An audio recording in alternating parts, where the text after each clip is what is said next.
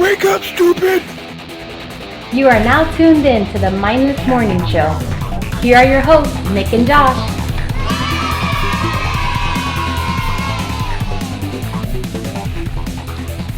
Good morning, everyone. Welcome to the Mindless Morning Show. And today is our part 4 of our gaming trilogy. That's right. I said that right. So, our first part was board games and physical games that you can throw if you get pissed off at. Our second part was video games, like digital. And our third part was digital again because we had a lot to talk about and we didn't get through everything. We still probably didn't, but, you know, that's how it is. And our fourth part is about me and Josh. And what I mean by that is we both are working on video games. And so working on making them ourselves.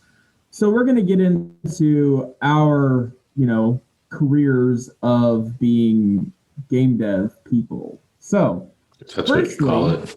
Yeah, I don't know if career. Yeah. Call it game dev people. So yeah, Josh, how are you doing, man? Good, man. How about you? I'm doing wonderful. It's a beautiful, beautiful day. And so, yeah, here we go. So it looks cold. You're wearing a sweater. Really what it is this house is cold as shit. It just always is cold. And Haunted. if I turn the heater on, my wife is like, "No, you're such a baby. Just put on a hoodie." I'm like, "Okay, so, fuck it. I'll wear a hoodie. Whatever." The house has to be haunted, man. It could be. You're in Texas. It can't be that cold. It's cold, man. They got the AC on all the time. It's crazy. Yeah. So to start off, I'll ask. We've got some simple questions and whatnot, and some of you people that are listening, some of you people that are listening might know these answers already. If so, well, you're gonna hear it again because this is about us. It's about us. So sorry. Yeah. Unfortunately. How did it all start for you, Josh? Like, what made you say, I want to try to make a game. I think I'm going to do it. So I was still working for the rat that I was so miserable at. And so what I started doing on the side and while at work and at home, like pretty much as much time as I could put into, I started doing full stack web development, like learning the coding on that. And I got kind of bored with it, but I really liked the aspect of coding. I really didn't care to sit there and like make websites with HTML, CSS and all that. Like it wasn't like appealing. It wasn't like rewarding, I guess, in a sense. But so I started branching out and I started kind of messing with Python and Java. And then I was like, okay, let me try an engine. And I found GameMaker Studio engine, and that it became so amazingly simple for me. It blew up and I was like, I'm doing this. Yeah. And I mean, I've always been a gamer. I've always loved playing games, and it's just something I never really thought I would do. It's always something I always thought would be cool, but I also never thought I would really ever get into coding because my dad, I grew up watching him code and I was like, looks like Chinese. Bye. Yeah. It looks like somebody like slammed their face on the keyboard. Yeah, dude.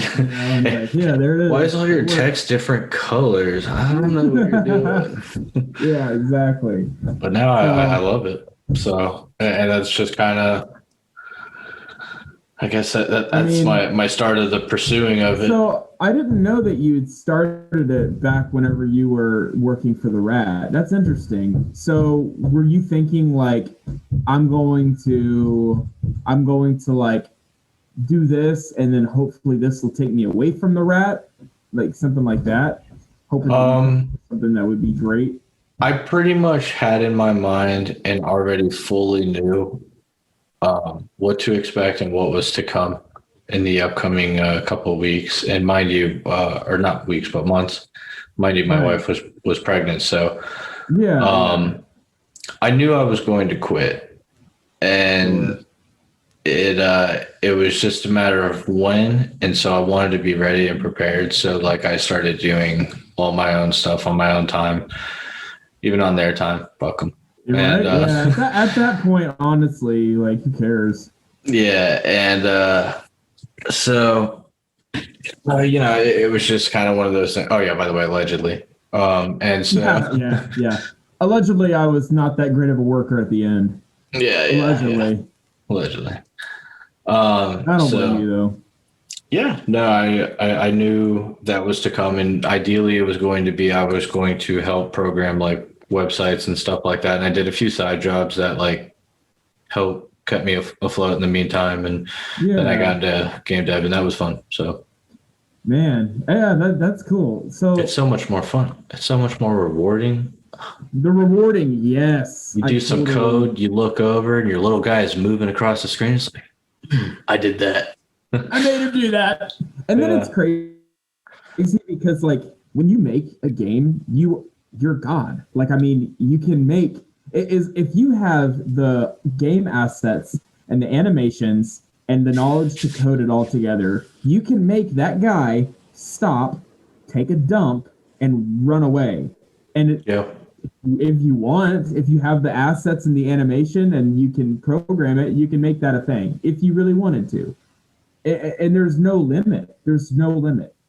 You could do some like Duke Nukem shit. You go in front of a mirror in a busted ass bathroom, like, damn, I look good. Yeah, exactly. Like, I love Duke Nukem. It doesn't matter. Like, you can do anything as long as you have all of the pieces. You can make it happen.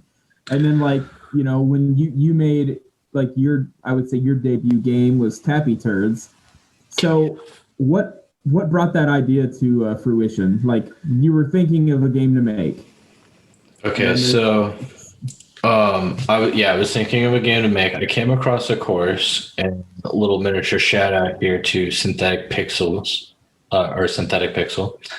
He had a course for Game Maker Studio that was basically like how to go through and make a Flappy clone. Yeah. On Android and distribute it. And that's basically what I wanted to learn. I wanted to learn, okay, like the structure of how a game is to be made for publishing, and then I want to publish it and see what happens. So, right. Of course, I didn't really care for the Flappy Bird aspect, but I was wanting to go ahead and obviously take it many, many steps further. Sure. So I have always been quite immature. I've always loved my fair share of poop jokes. And so I figured, okay, I'm going to make this the greatest bathroom game in the world. Because it's bathroom themed as well. And I accomplished it. In my mind, I accomplished it. Tappy Turds is it. Like, if you're bored on a toilet, you want to play a funny game, Tappy Turds is it, because you can customize your turd. Man, I went all out. Yeah. I got different turds with different wings. Got crazy. Not only that, it's really hard. Like, it's hard. Like, I'm not good at judging how, when to do it. Plus, if you guys have the sound on, it's even better because you hear every time you tap, every time you make him jump up. I have had so many people tell me that, like, it's just so hard to play. It's so hard. I can't get like past 3. And I'm like, man, I don't know, because I would sit there and I'd play test it and I would get like a good amount, like at least 30 plus every time. Wow. And then I would start getting, like, as I kept playing more, because, I'm sitting there, I'm testing everything, I'm making sure. And there was a mechanic I made. And like, as a game developer, I knew that I could have gone in there and coded to make one, instead of it being 1 point, make it like 100 points. Yeah. Instead, I was like, I'm going to just keep trying until I get 100 and like see it in its natural habitat. And so I kept playing, and eventually I was getting so good. And my score on there is almost like 300. That's insane, because that game is really hard.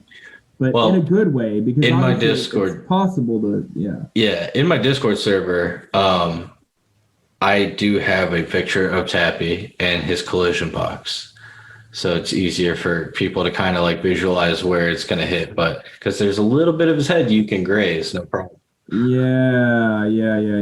So, Okay. but Yeah, yeah, little hint there. I had noticed somebody because I for a while I only had like 170 on the leaderboards, and I was number one. And all of a sudden, somebody came out of nowhere with like 200 something on theirs, and like I was Oh like, shit. well, I can't be the developer of the game and not be number one. So I was like, oh, I'm going for it. I'm trying. I'm going to put my try hard pants on, and that's when I almost got to Yeah. 300. And I think I was like maybe 293 because like. I was getting super sweaty, like tense as hell, and then it Man. just I was so mad, dude. But I still got the high score, and I've maintained it still so far. So I'm Woo. proud of that. Yeah, there you go. I'm rocking a good 6. Yeah, so you're not Yeah. even on the leaderboard because it's a minimum of 9. Yeah, no, it's hard. But I mean, but like that's the thing. Once you play it a shitload, you can kind of figure out That's where true. The wave how you and the need to do it. frequency. Yeah, exactly. So I mean, I'll get there. I'll get there. It's one of those things that it'll happen. You know, I'll never get to your level, but you know, Maybe one day I'm a redo it and like all vector art, make it a lot more prettier and stuff. yeah, your love and vector art lately. We'll Yeah. definitely get into that for sure. Oh yeah. Because you know, with Guildmaster, I feel like with Guildmaster, and for those of you, we're gonna definitely get into that. That's the game that I'm making, and that game, you can actually use vector or pixel art, which is insane the way that we figured out how to do that. And I'll get into that here in a little while, but the way I got into it was it was September of 2017, and my apprentice, and some of you know this story, and apologies if you're going to hear it a second time, but he was my apprentice, and we're driving around, and he went to school for video game programming, so he knew how to like code and stuff like that and figure out, you know, kind of what Josh does.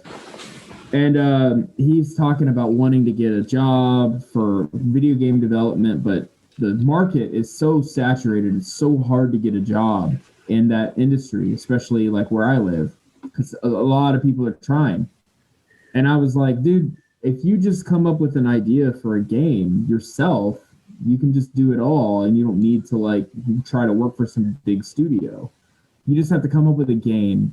It's really unique that not a lot of people know about or have tried, and then you pretty much can guarantee that if you invest some money into marketing and it's a game that nobody else has done, and it's, you know, it could go well. And he's like, yeah, well, no, I don't know. I have no idea. And then I'm thinking, okay, well, I have zero background in this shit, okay? I've just been playing games since I was 5 years old, and I'm 30 now. And I'm like, well, I've had an idea for my dream game, like a game that I would consider like one of the best. And it's totally doable without being an amazing artist, because we can make it like have like old school graphics. And he's like, I'm listening. And so then I told about Guildmaster, the game. I didn't have a name for it yet or anything like that. I was just like, okay, how about a game? This is basically my pitch before I even knew what the hell it was going to be. I was I can like, only imagine because you guys were on the job. oh, So you guys were probably sitting there in the van for hours before actually getting to work.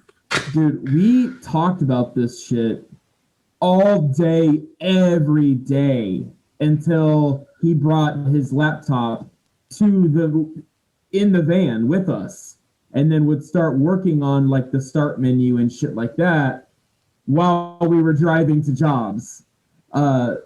So Dedication.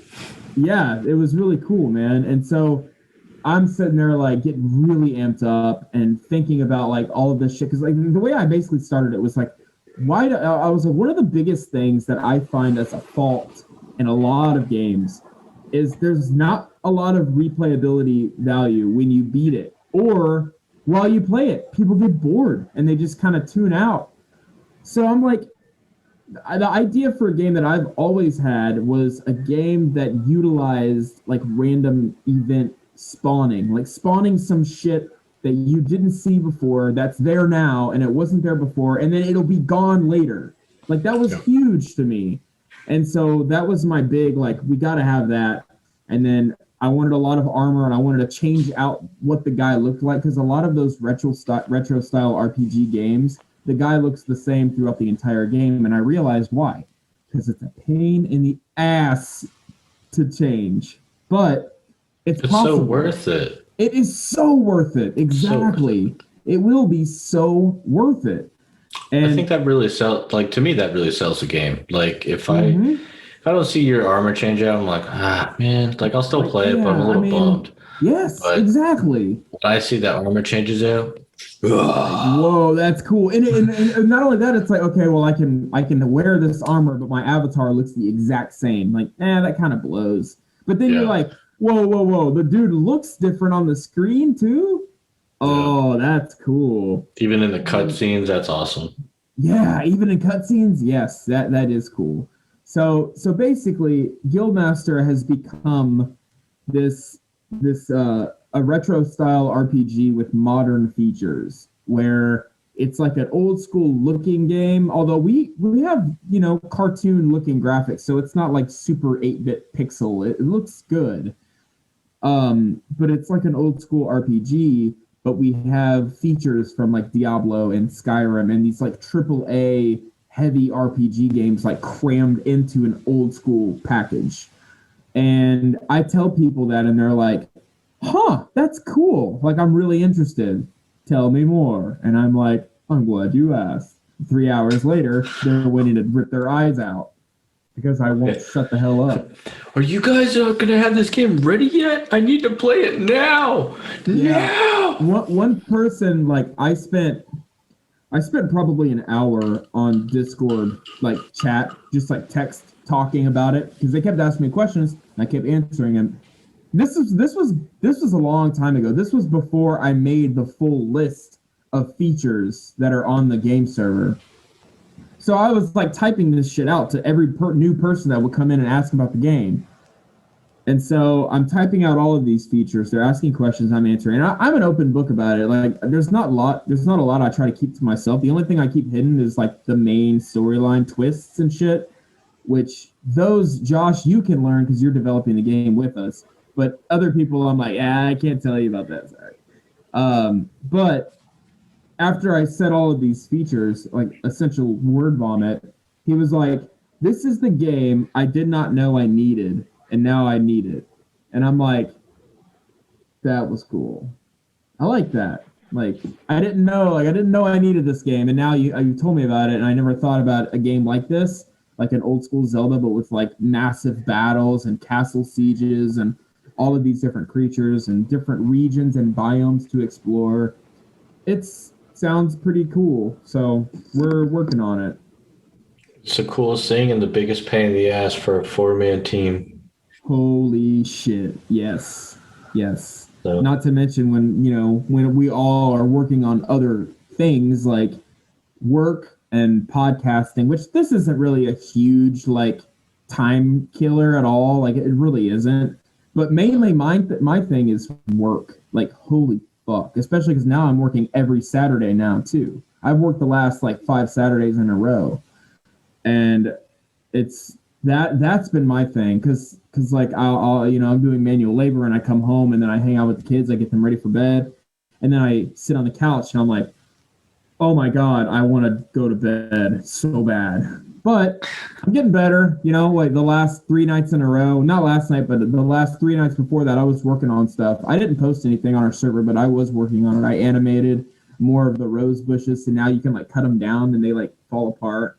Shit like that. So it's coming. Cool. It's coming for sure. But that's the thing. It's gonna be a long process. There's a lot in it, people, a lot in it.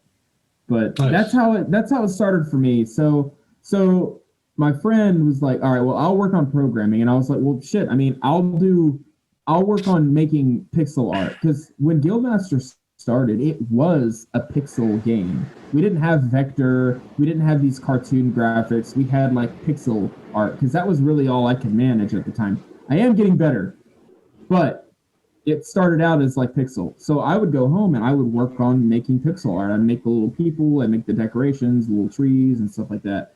And it was passable. It wasn't like professional by any means, but it was good enough to okay, it's an old game, so it's cool, it's fine. Now some of the pixel art I've seen out there is like, holy shit. Yeah, I can't do that. So, but it was good enough. So my part became working on art and then figuring out, like, we use Unity. So like using Unity and watching tutorials, I can do basic stuff. Like I can put things in the game and put colliders on them and move them around and layer them up and, make the animations and stuff like that. So that became my like job essentially. So a little bit of everything except for coding. And then my friend fell out of the project. And then I went 9 months with no one helping me program. And I knew this type of game, I will not be able to program. Like in my, like, with how much, like how difficult and how many features are in it, it would take me several years to get to that level. And this is all while still trying to work a full-time job and have children and stuff like that. So I was like, all right, I'm going to be real here. I need like a partner, somebody to help me with the programming, and I will try to work on everything else on my end. And so I went 9 months where I had made all of the game assets for the tutorial and most of the game assets for like the whole region.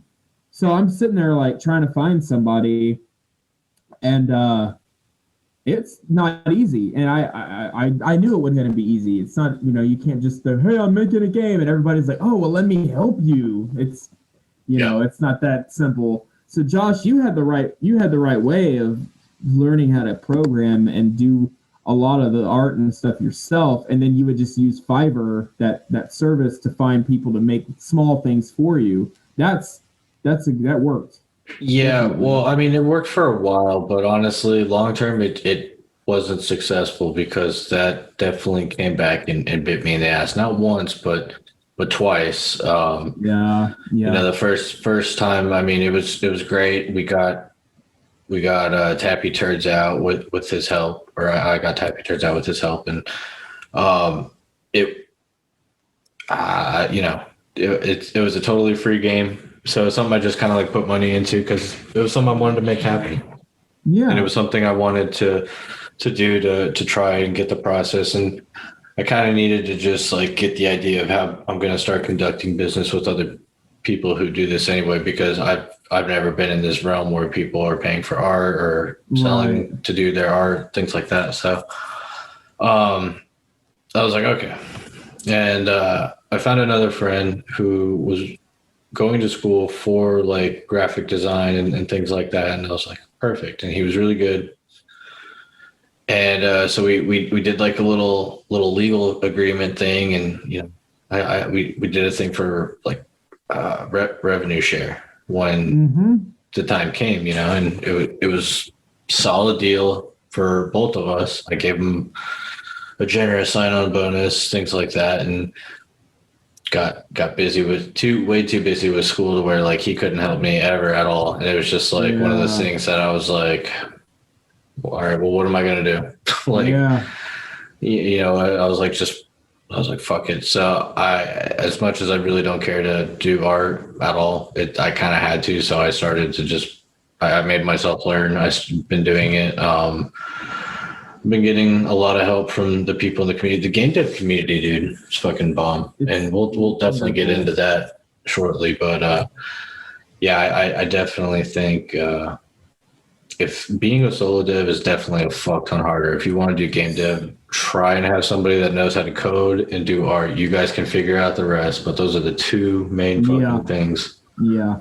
Such a pain in the ass. Absolutely. It is very hard. And like during that 9 month period, I know my limits. I'm not going to learn how to code enough to make Guildmaster. And I got so freaking amped up about this idea for this game that I wasn't even being a realist to the point where, okay, let me learn how to program some minor games and some small stuff and work my way up to Guildmaster. I was like, no, I'm going to make this massive game right now. Like, and people are like, dude, you're a moron. But I couldn't. I'm going to find, I will eventually find somebody who can see the dream, who can see what I see and sees that this game has never been made at all. You will not find anything like it. You just won't. I've looked. Because before I even had the idea for the game, I was trying to find a game like it, and I couldn't. And I mean, and I know why, because it's an extreme undertaking. Putting RPG features from AAA games into like a Super Nintendo looking game. I mean, some Nintendo company could come and shit on it right after, but we did it as 4-man team, so it should be taken with a lot more grace. Yeah, I mean, I agree. I mean, and with all of the features that are in it, with being able to upgrade all of your equipment so you don't have to look the exact same as everybody else at the end of the game, because you can have your armor selection what you want it and like upgrade it with you as you progress. You don't have to be stuck in the same armor as everybody else, and a whole lot of like user friendly things like that people, I feel it's because I played so many games, and I've been able to think of all of these ideas that I like in games that I don't see in a lot of them, and I want to make them, like.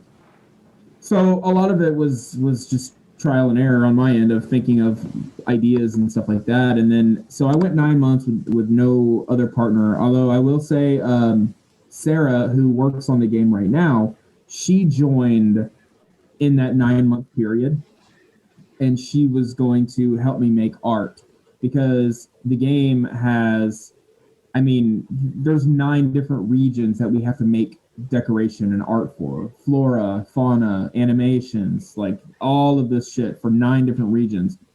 And so she wanted to help. And so I'm like, okay, cool. Yeah, help me. So I brought her on, and Sarah is my daughter's best friend's mom. So that's how we met, through their kindergarten class. So I met them through there. So that was like, it's kind of cool, like little things like that. And Your play dates are so hot and fun. more like the play dates are more like we're trying to like talk shop about like the game, and like kids like, can I have a juice? Like, oh yeah. All right, hold on, we'll get back to this. And then like go and get juice or whatever.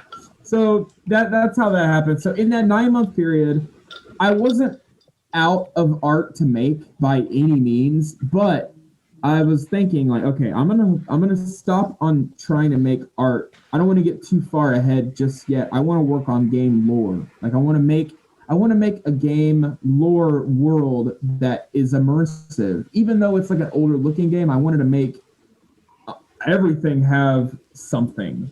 And what I mean by that is I want every creature, every region to have history and backstory.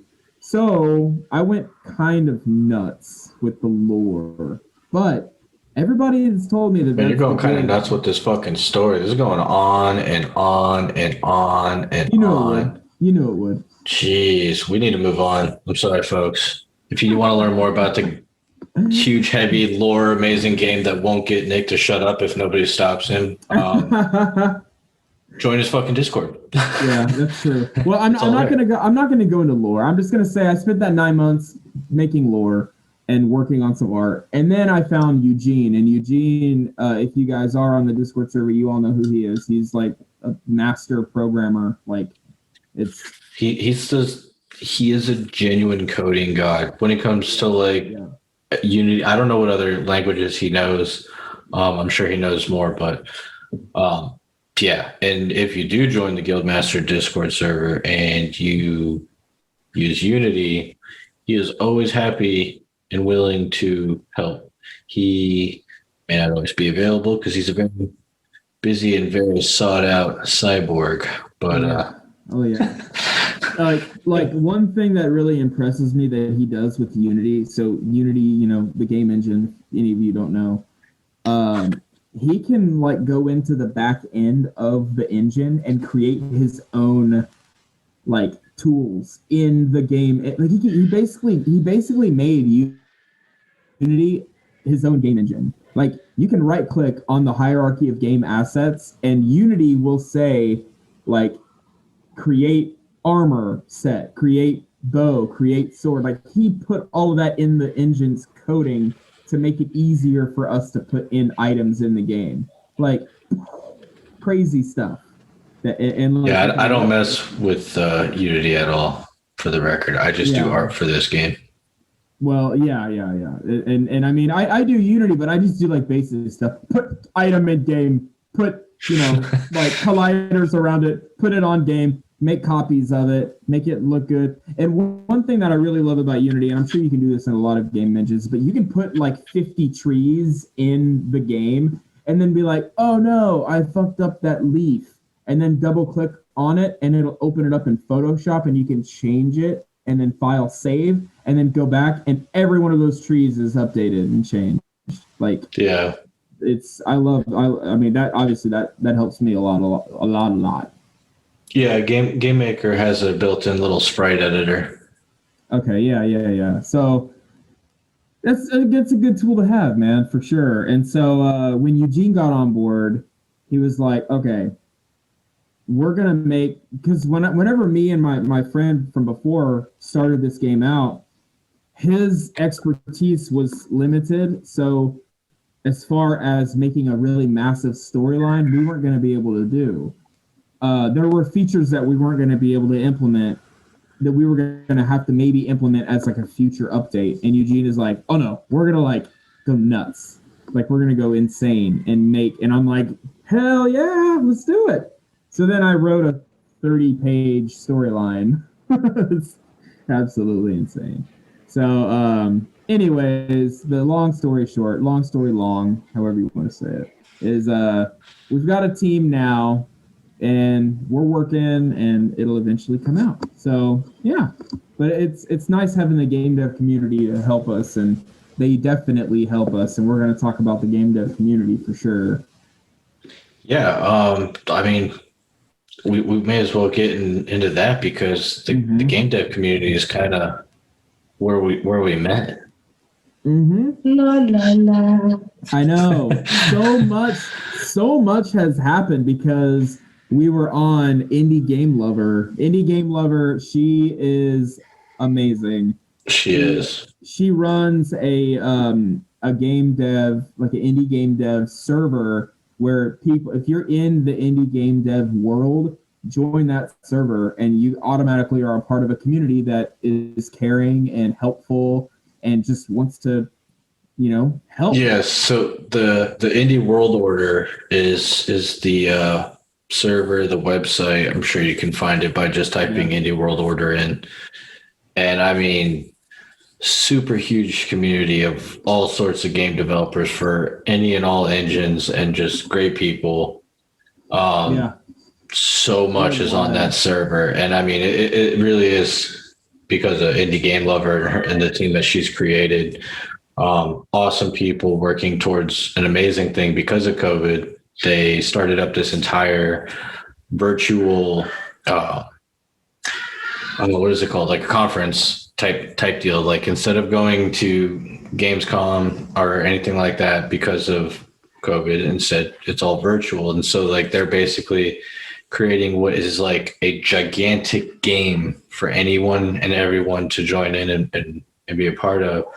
And developers can submit their games and things like that to become a part of it, have like a customized stand inside the game. It's like really cool shit. They recently just got sponsored actually by Intel, which is wow. Huge. So, I mean,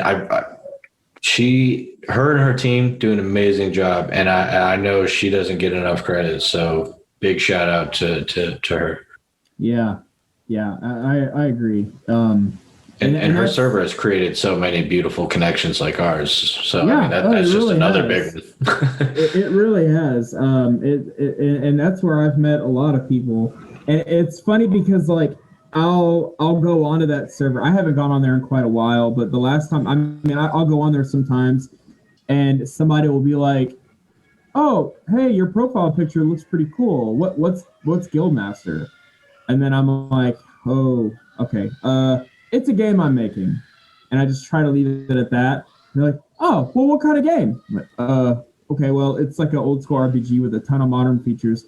Whoa, that sounds cool. Tell me more. I'm like, all right, well, shit. I'm just gonna DM this person because I don't want to I don't want to try to go there and make it seem like I'm poaching people to, you know what I mean? Like, I don't wanna do that. So, but so some of the people that are on the Guildmaster Discord server eventually joined our servers as well because, I mean, unique games and they want to follow the development and stuff like that.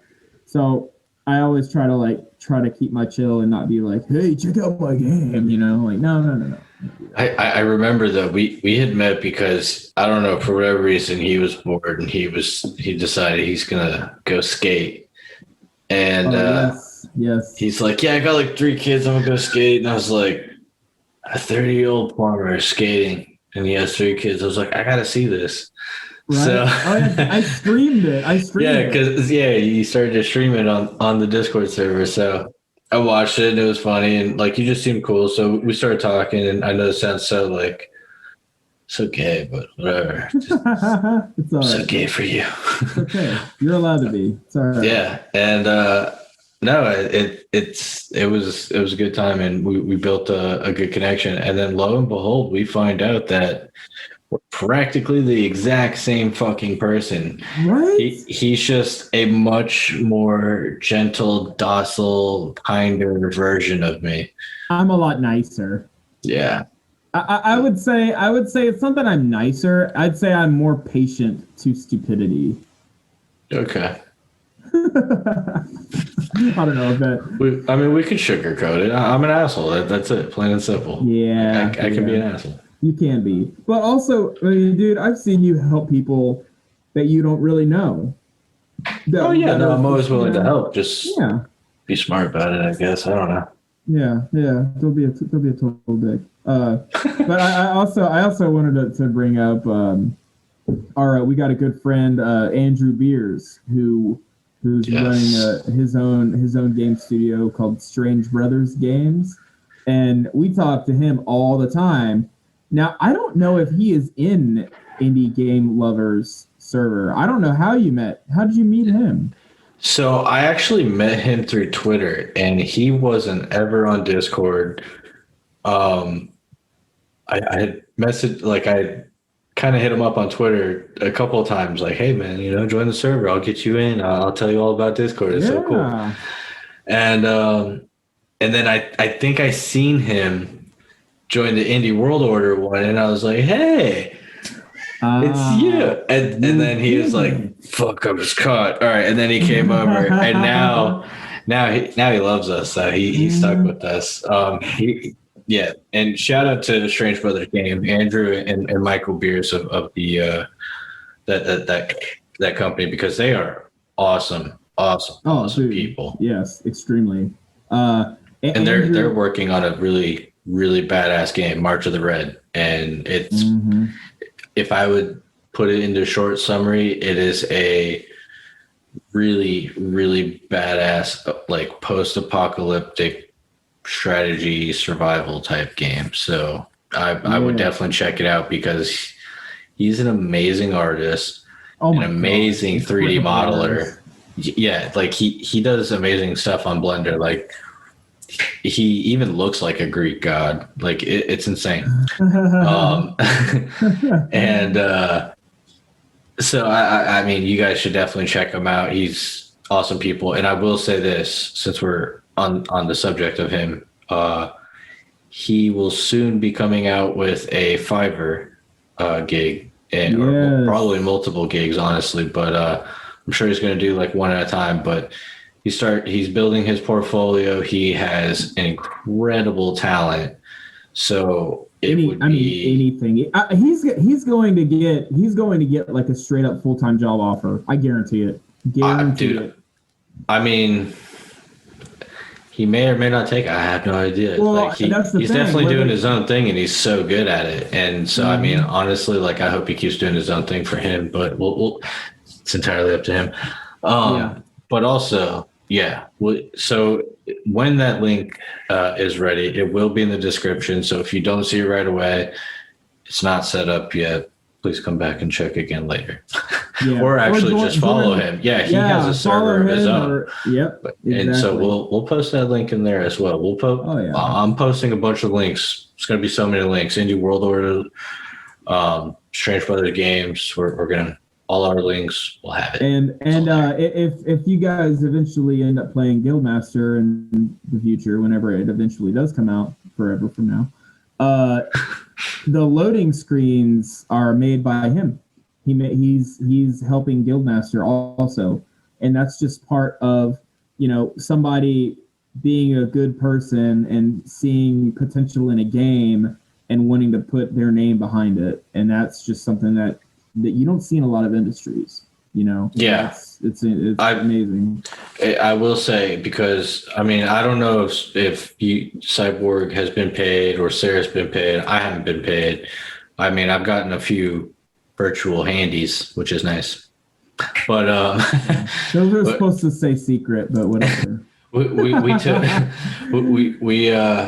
It's a project that we as people believe in, and it's not about the money. We want to see a good game be made, and we want to be a part of it. And so right now, the Guildmaster team, myself included, obviously, none of us are working it for money. What we're doing is the four of us are working because and you got to say it like that, you got to say when this game takes off, that's when we can reap the rewards of okay, all of our hard work is paying off right now because four people are making a game that I envision a lot of people really, really enjoying and spending money on. And then that's when we can be like, okay, here comes the money. Now we all have our money. We all divvy it all up and we reinvest it in a studio to make sequels and make this our thing. Or you take your share and you do whatever you want to do with it. But me and Eugene have talked about this at length, and we are going to try to reinvest it and make more because we have more ideas. So that's kind of the future. Potentially be coming to Texas, and we will build a fucking little studio. Yep. We'll have Nerf guns. We'll have a pool table. Yep. And of course, we're going to get work done, but we need this stuff for creativity. You got to need this stuff for creativity. Exactly. That's how it goes. And Eugene, he lives all the way in the Ukraine, and he's even been like, after the game, like, if it goes the way we all want it to go, I'll move down there too. Like, oh, really? Yeah. I didn't know that. Oh, yeah. We talk about that all the time. Yeah. Hell yeah. Yep. That dude. Man, I can't imagine though. He's like, he just sent us a picture of like death icicles hanging off this fucking. Oh, he'd love it here. Yeah, I guess. He'd love it here. No, I would hate the drastic change in temperature. I don't know. Maybe, but I think he would love it here because a few things, like, Americans love people that are like from Europe and stuff. You know what I mean? Like, it's like, your accent. You want to be best friends? Like, yeah. No, dude, we had a German kid. He came down for some exchange program that my buddy's parents were a part of, and so my buddy, he's like, "Oh, can I bring my friend by? He's from Germany." Yada yada. I was like, "Hell yeah, bring him by." Hell yeah, you can. Coolest dude ever. Like, yeah, just absolutely hands down the coolest dude. And dude, all the parties, every girl was like, yes. Hi. Yes. Yeah. No, you're exactly so right. Funny. We literally had the exact same thing happen. And whenever I was a junior, we had a kid from Germany come. Purely his accent. Yeah. It got it. Yeah. Yeah. His name's Falco. I shit you not. And he was super cool, man. He was in my history class. And he sat in front of me. I didn't know him that well because everybody wanted to know him really well. So it's like, God damn, you want to talk to this dude? Take a number. Everybody wanted to be his friend. I would tell Eugene this, dude, if you move here, everyone's gonna want to like hang out with you and like get to know you because it's super interesting. Well, I don't know why I thought to ask him this, but I asked him like almost immediately. I was like, so do you guys play like World War II games there? And he's like, oh yeah. I'm like, okay, so Yeah, like what made you ask that? That doesn't even make any sense. because because you're playing a World War II game as a German kid, and you're essentially just you're killing German soldiers. I mean, so I was curious to know how big it was there to play. I mean, how many games in America do we play that where we're killing Americans? Like Grand Theft Auto, you're in New York City, like just destroying the fuck out of people. I don't know. Something about this seemed different because you're playing as essentially a foreigner killing your countrymen. I don't know. That's just the way I was thinking of it. So, so I asked him, and he was like, "Oh yeah, those games are big there," And I was like, "Oh, okay." And then he told me, he's like, "It's actually really funny whenever you play those games because we all speak German there, obviously, and the dialogue that they choose to put into those games that the soldiers yell are really funny. Like the dialogue is like, I will get you, or like, you cannot hide from me, like the way that they like say stuff like that." And I'm like, yeah, that's pretty funny. So I definitely like that. So yeah, Eugene, when you come, you're gonna have a lot of people want to hang out. Oh yeah, And I really hope to come down there. Yeah, dude, it'd be great. There's so many, like a lot of the game developers I've met, they're in Texas. It's ridiculous. Texas, Austin in particular, which is about 25 minutes from where I am right now, is becoming the new Silicon Valley. Gross. Tesla is moving here. Well, you say gross, but I mean the Texan economy is booming from all of these changes. No, but when I hear Silicon Valley, I think of like Hollywood and all that. It's just gross.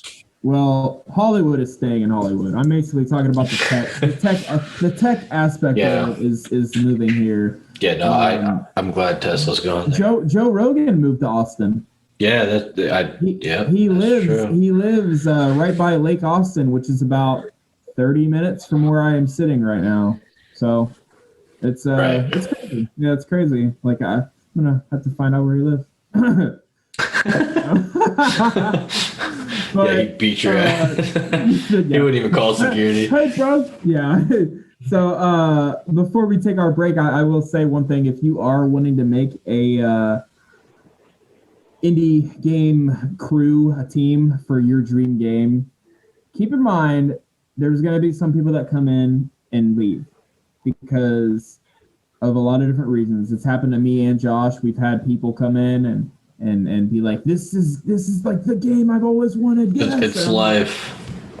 Wow. Yeah. I'm like, yeah, dude. All right. Well, let me hook you up with this, and get you like a path to help us. These animations you can make, these things you can make. Hello? Are you there? And they're gone. Like, I mean, it's going to happen.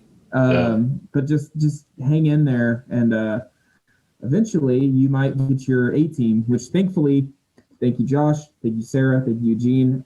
Thank you, Andrew, for doing our loading screens, because I have an A team helping me make this game, because it's a game that I cannot make by myself. No way, shape, or form. So I wouldn't even attempt it. It's too big. It's fucking ridiculous. Yeah. So yeah, here we go. I'm not that ambitious. Sorry. Yeah, I guess I don't know why I can't shut up about it. I can't not make it. I have to make it. Like, I have to. It's your love child. It's your brainchild of everything you created. Especially if you guys let me get into the lore. All right, we're gonna do lore now. I'm just playing.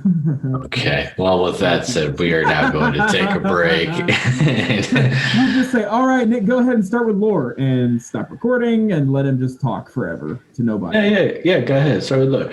5 hours later. you grab like a Josh mannequin and like subtly put it in front of the camera and then leave. And I'm like, Okay. Going on break now. Bye. Hey there folks, we just want to extend the call to action for you guys to check out the many amazing talents the game dev community has to offer, including but not limited to Zomdead Studios Discord server where you can keep up with the many developments that I, Josh, partake in. The server for Nick's game, Guildmaster, where you can keep track of it, where it's often updated with the game details and many of the lore story, or you can just talk to us about it there. We would certainly love for you to check out Andrew Beers of Strange Brother Games Fiverr Gig, as well as check out his game Last March of the Red. Currently in development, you can find it on YouTube as well. And if you're on the computer and you're interested in the Indie World Order convention, shoot over to Steam to wishlist IWOCon. It's a super cool, amazing idea. It's going to be set on an island. You can customize your avatar and check out the many amazing indie titles and their really cool custom stands, all on this island, COVID free. Hey everybody, welcome back. We are still talking about our game development stuff and our shout outs and our lovely happiness, and it's all fun in games. It's all fun. Yes. Now, Josh, so I'm kind of a one-trick pony. I don't really have a lot of other shit going on in the game dev world, just my massive, ridiculously huge game. But Josh is working on some side projects and stuff too. So I wanted him to talk about those. Talk about that now.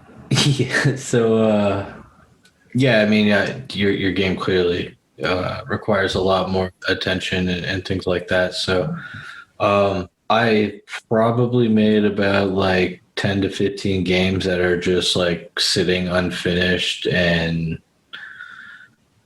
I don't know like what to do with them any further, really. I think that's the case with a lot of game developers, because quite a few people I've met, they have a lot of games that they don't see through. Like they make a good portion of, and like I see videos and I'm like, oh, that's really cool. I was like, you should finish it. But I could send them the same thing and they're like, oh yeah, you should finish it. I'm like, yeah, I don't know. We'll see. It's like one day. One day. Basically. So I do currently, like I was working on Project Toothy a while ago, which some may know, some may not, which I thought was going to be a really badass game that would kind of teach you a little bit about like actually dental stuff, because I had a buddy who is a dentist who was giving me information, helping me out, and making sure I made things accurately. I was trying to keep the game world accurate to certain things as well, and dental anatomy. And I thought it was going to be really cool. And at the time I had the artist kind of fall off, so I was trying to work on learning my own art. And then while I was doing that, I came across another game developer who practically put out exactly what I had, just in pixel format, and so I was pretty bummed out about that. And now, I feel is that game successful at all? I have no idea, honestly. Like, because I'm salty as fuck, I don't follow it. I don't pay attention to it at all. But it is. I'm not even gonna say the name. Actually, I'm not giving any shining lights. Either. So it was kind of a bummer, and it was something that kind of discouraged me away from the project, because I really felt like what I had going was something very unique at the time, and like touched on none to like at all. And I mean, I should still do it, and I could still do it. Yeah, because if you do it, you do it better. Yeah, and I mean, already my game looked better, to be honest. I'm not gonna lie. Right. Yeah. But no, it was just something that it got me discouraged. Yeah, and I let it kind of beat me up, and so I put it on the back burner, and I started working on other projects. And right now I'm kind of working on a top-down shooter with another kid who has autism, and he does art, and he does really, really good pixel art. And so he couldn't code. I can code. I don't like doing art. So I said, hey. It works out perfectly. Yeah, I was like, let's do this. Let's make a game. Let's mess around and have a project. And so I'm doing that. And then I decided I was going to do a little game jam, which got kind of postponed because of bunch of stuff I had to fix around the house and things I got to do. But I'm going to be picking that up again probably this week. Mm-hmm. And so I'm basically giving myself a week to make a small little game to just get something. And it was completely random. It was stuff that was chosen by the community. So basically the environment's going to be, I'm stuck in a computer. The object of the game is to escape. One of the main rules of the game is that I can't be seen. It's got to be an action game, and it has to, like, one random feature has to deal with magic. So it's one of those things I was like, okay, I kind of screwed myself here. I actually have a cool idea just off the top of my head. I'm sure you already have a good roadmap, but I kind of wrote something down, so let's hear it. Maybe. Well, I was thinking if it's an action game, I would think that you have to, like, let's say that you are stuck in a computer, but you're not actually stuck. You're put there for a mission. You are put there to eliminate the viruses that are in a computer. They cannot see you, or they'll warp to other parts of the computer and you're fucked. But you have to kill them without them seeing you. So you basically have to figure out how to get behind them and kill them. And then you have to take out all of them before you can escape. Something like that. So now, I'm working along a lot because I have to have, like, the magic aspect of it. I'm working along the lines of, like, I'm actually a virus trying to escape the computer, get to the internet. Oh, I like that better. And I can't be seen. So like I have, like, so techno magic. You're fighting like antivirus, like antivirus software. Now, firewalls, Windows defenders. Can you kill those things, or do you have to just evade them?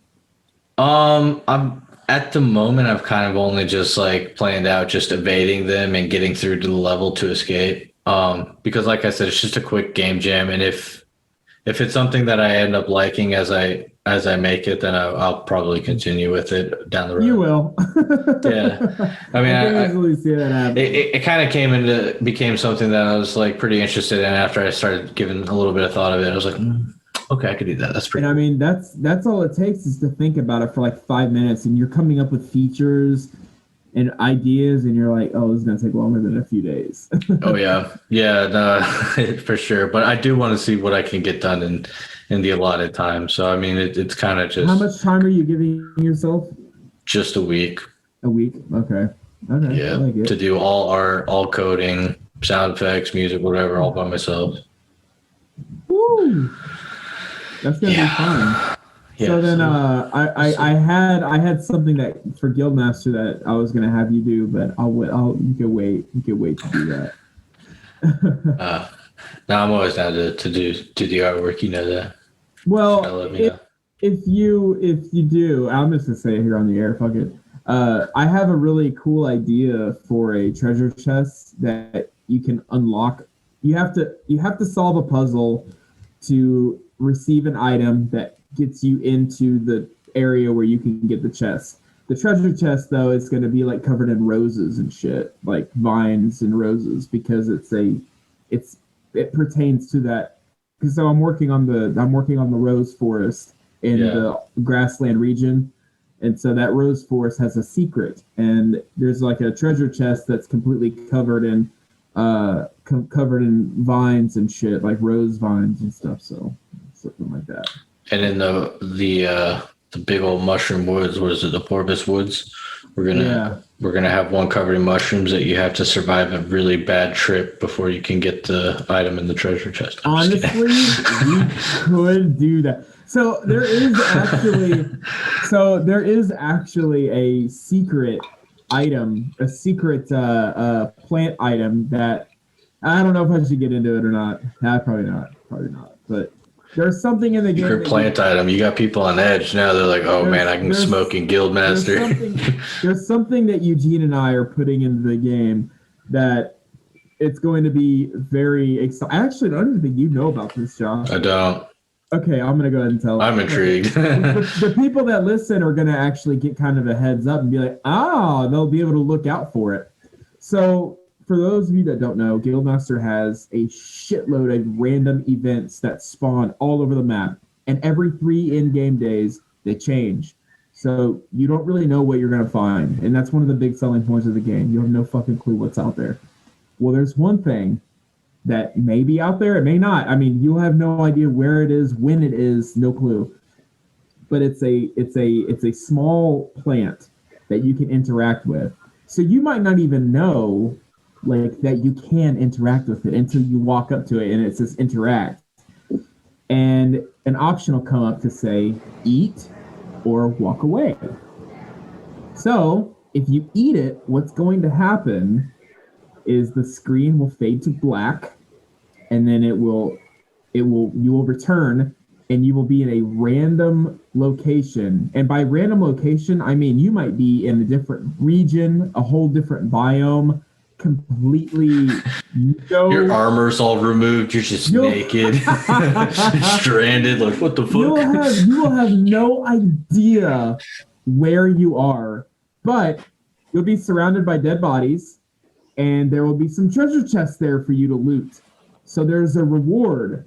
So the idea is kind of based off like The Hangover. Like you do something and you have no idea how you get to this next spot, but there's like dead creatures and stuff around you, and there's like treasure. And so you get to loot the treasure, but then you don't know where you are. There's not a map in this game. Guildmaster does not have a map. Like it has a map when you're in the village, but you don't have like a map you can pull up at any second you want and be like, okay, I need to go here. And that's one of the things we like about the game. We want you to be able to get lost.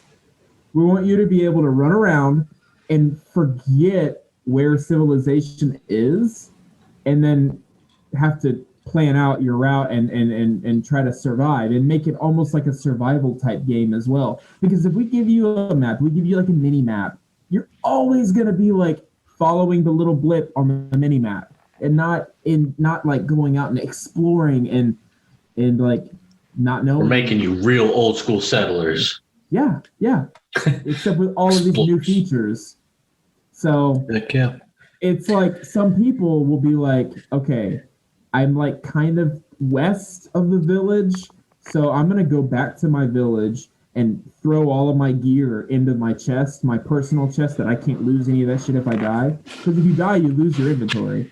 So I'll save the stuff, and then I'll go back, I'll go back to the east, and I'll get that, I'll take that like risk, and then go to some random, no freaking idea where I'm going to end up, and then take the loot, because it's going to be good loot, and then try to find my way back to civilization. But you don't know what else has spawned in that region. You have no clue, Yeah. So I was just seeing how much longer you were going to go about the game again. I'm about done. You started going, so I was like, all right, let me kick it back and wait it out. But that's one of the 90 different things that might show up in that area. Like, so you may not see it until you play the game for 30 hours. Who knows? So that's one thing I love about games is replayability, and the reason I love this project so much, and because I wanted to be a part of it, is the fact that it's damn near endless playability. If you have enough time to actually play everything in the game, then you probably need to get off the couch and get some part of life done. Maybe like, I don't know, check on your like friends, loved ones as well. Because they hopefully have been checking on you, because shit, you're probably a lost cause at that point if you've seen it all. And that's the thing, like completionists are gonna hate me, because there's like 360 pieces of armor. Like that's how much armor is gonna be in the game. Not to mention all the swords and shields and staves and bows. But like, so if you want every set of the 90 sets of armor that we're gonna put in the game, you're really, and not everything's going to be easy to acquire, and some things are going to be total chance, so you may never see it for a long time. You gotta You got to check in your guild armory, see what they've got. You got to make sure you have enough like currency to get it. You got to make sure that and then also there's like a couple of other secrets that I'll say one secret here to the listeners that I really like this. So the little merchant stands that are populating like parts of the village, you can talk to the guy that is behind the stand, and he'll be like, oh, I don't have anything to sell to you. Go to the guild armory for your equipment. If you talk to him again, he'll say like, no, I really don't have anything to offer you here. I'm sorry. You talk to him again, you unlock fetch quests from now on from that merchant. And he'll say, you know what? If you can find me a blank, and it's like a random miscellaneous item. It could be a broken staff. It could be an emerald. It could be something pulled out of our asset list. If you can find me a blah, blah, blah, I'll give you something that I found on my travels. Now, that's something that he found on his travels could literally be a badass sword or a really cool helmet or an invisibility potion. I don't know. We won't know. But it's like basically it's going to be worth it. Yeah. And if you are getting this heads up, lucky you. Don't share it. I just kind of wanted to just blah that out. Eugene might get mad. Well, that's all right. No, not many people listen to us. Only a couple million. So it's true. Oh, what have I done? Yeah. Do you have? Okay, so I mean, let's dive a little more into what you had talked about. Future plans, basically. If Guildmaster does successful, you and Eugene, I mean, I'm totally down for brick and mortar studios. Like, let's build something. I mean, what is your ideal plan? Okay, so the ideal plan, I already have plans to invest in marketing. I've got some people that I'm already going to talk to when the time comes. They know about it, whatnot. So I'm hoping that I can do a lot of things to push the game out there. So let's just say everything comes to my dreams and this game becomes big. It jumps into Steam and it's like this massive like slap in the face to everybody that's like, whoa, what is this? And it blows up. Let's say that happens.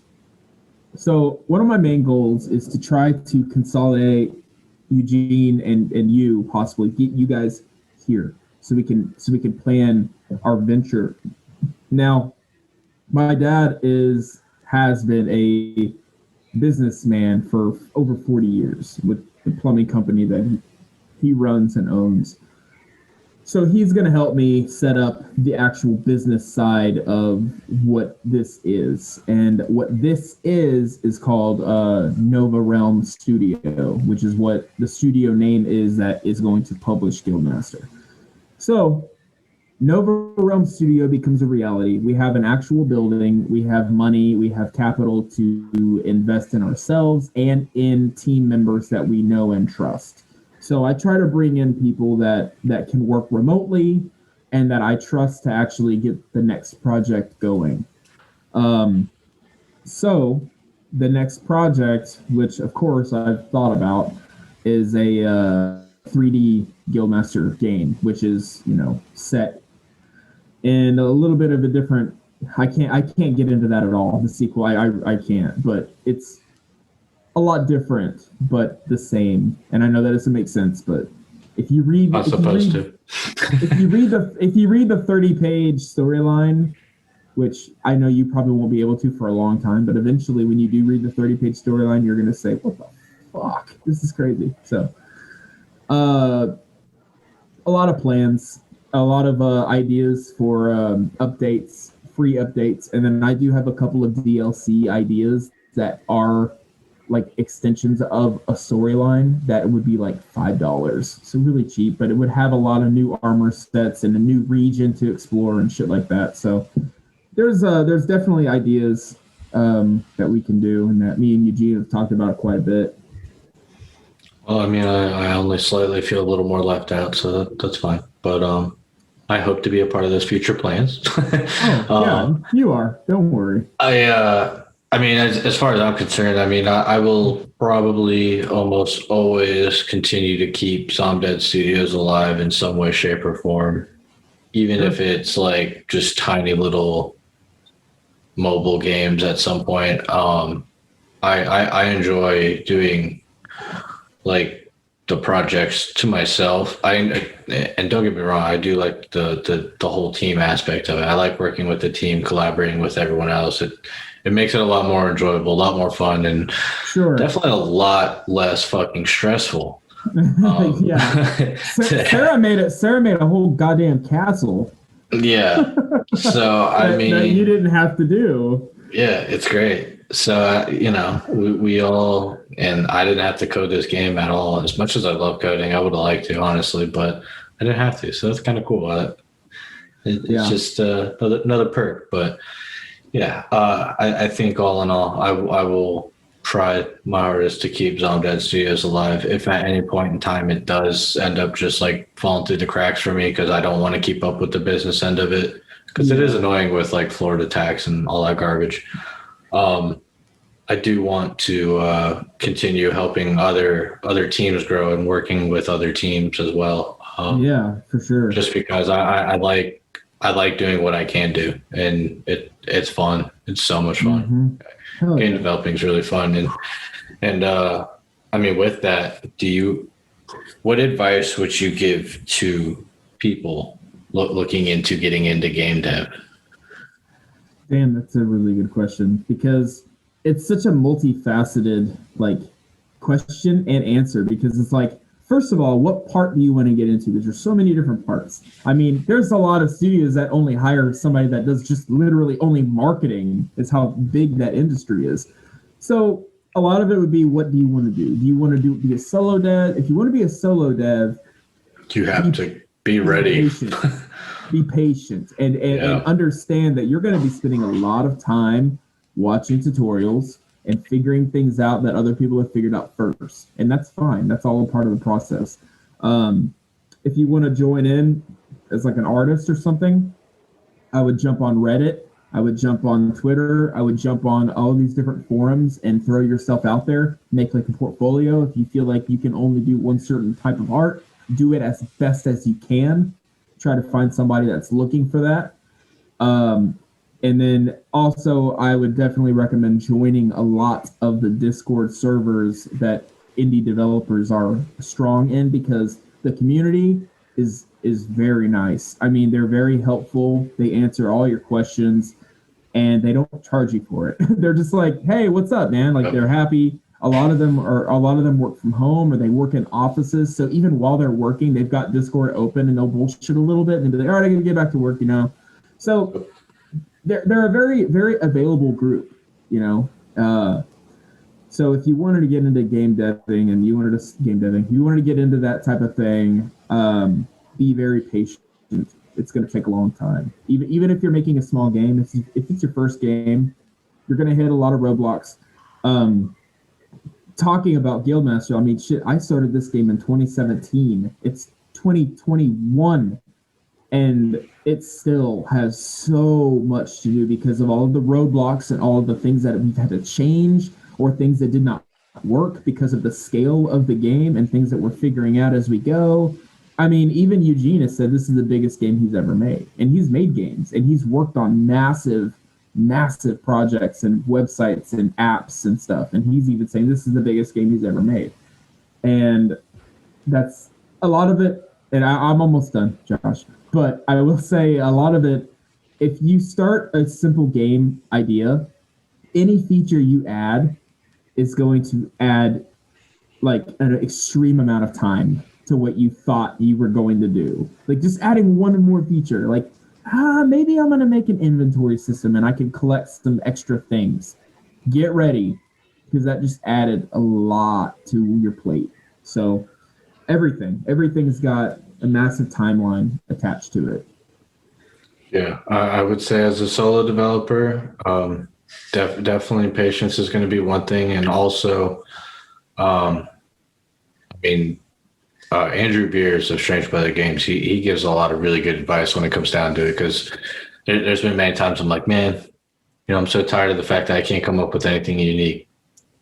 Barely anybody's coming up with anything unique anymore. Like they're just combining ideas, reskinning it in a different theme, seeing if it works.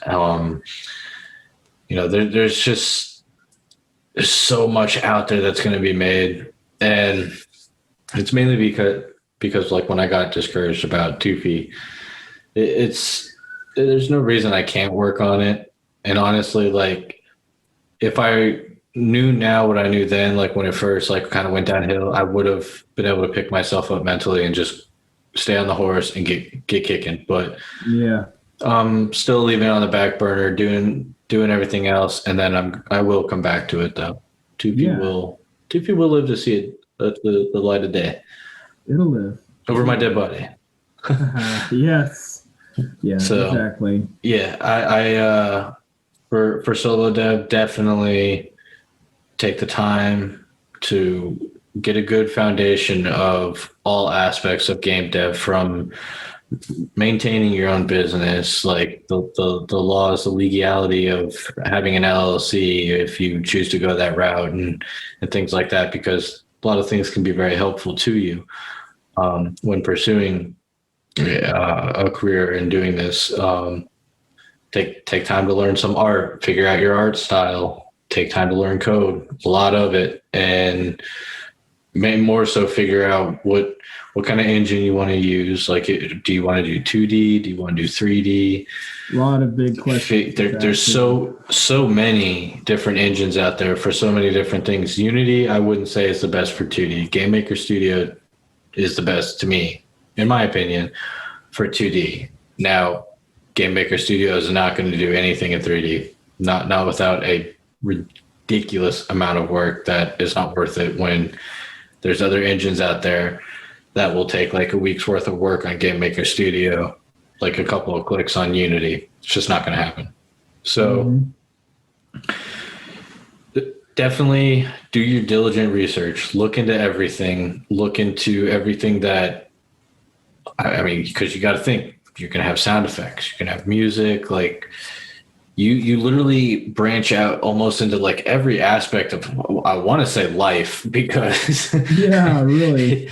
I mean, what is life? It's a game, dude. We're in a simulation. So you got to think about everything that you see and do when you translate it into game, like a game theory and coding. Like there's a lot of if statements. There's a lot of cases that happen. There's so much. It gets crazy. And it's fun. It's very rewarding, and it's fun, and it's not as hard as people make it out to seem. We may be making it out to seem really hard, but we're also very busy people on the outside. And that's not to say you can't do it if you're busy in your real life now. You can always make time. You can always find time to do whatever your passion project is. And I heavily encourage anyone who has any desire to do such things to do it. And if you're worried about it, or you're not sure where to start, join these communities. Game dev communities are awesome. Join our communities. We're more than willing to help. We're here freaking talking about it, so might as well. Exactly. I agree.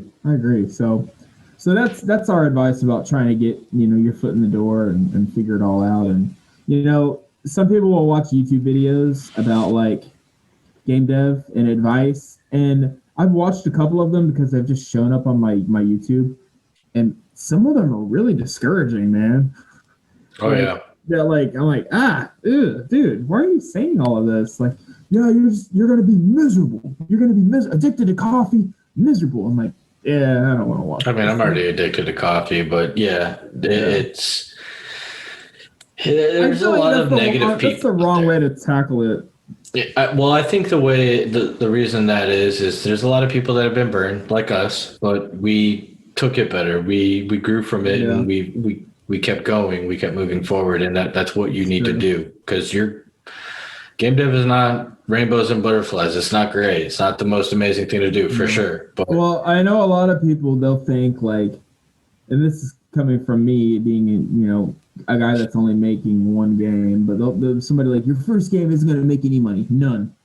Well, I agree to a certain point, but if your first game has the right formula and the right thing that will grab people and the right people behind it. It doesn't matter if it's your first game or your 50th game, you know. It matters what's in it and the passion that runs it and what is in it, like as far as what the player can do and feel. Like if it's like a really, really basic pixel fishing game, sure. If that's your first game, fucking good job. I mean, not even that though. There's just so many stories out there of people who did a game on their own or did a game for the first time, and it was like one of the biggest things to hit the indie game markets, like Undertale. Stardew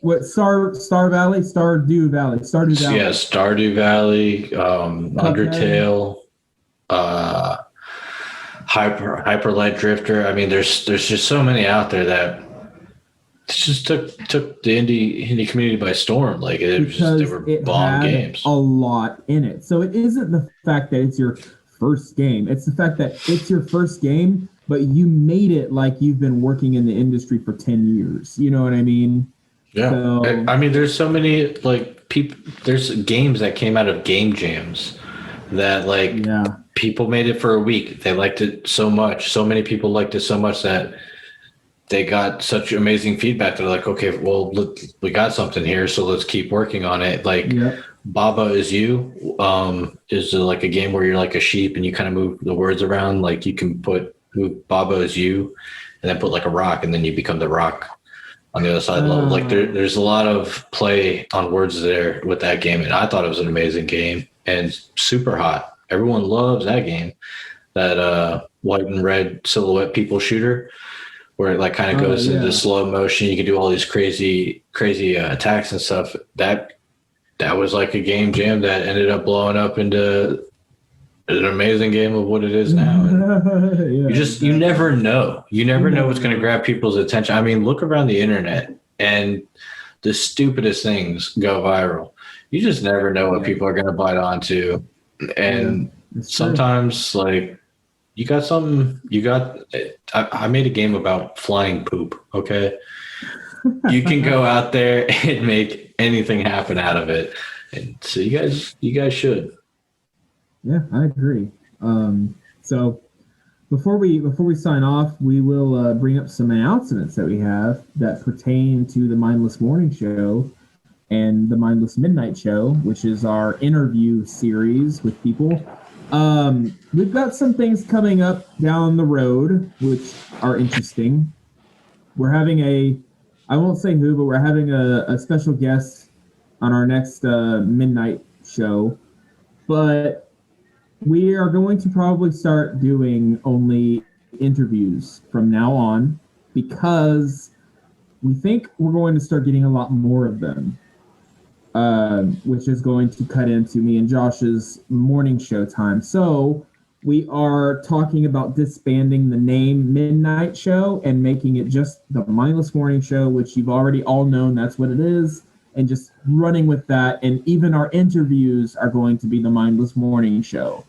So that's something that we're going to be doing from now on. We do still want to have our one-on-ones, and we still will, but they're going to be very sporadic and random because we're going far more shorter than what we've been doing. Yeah. More than likely. Now, we got some ideas from you guys listening that had said that we should do an episode where we have 0 show notes and nothing, like literally no subject. We just talk. Just see where we go. And we really like that idea. So we're going to do that. So that will be our next one-on-one. Our next one-on-one, whenever that may be, probably not too far from now, but we don't know. It depends because we're busy. We're busy people. We got our interviews coming up, and we're going to keep doing those, and that will be the Mindless Morning Show from now on. However, every now and then you get a Mindless Morning Show. I don't know what we're going to call it yet.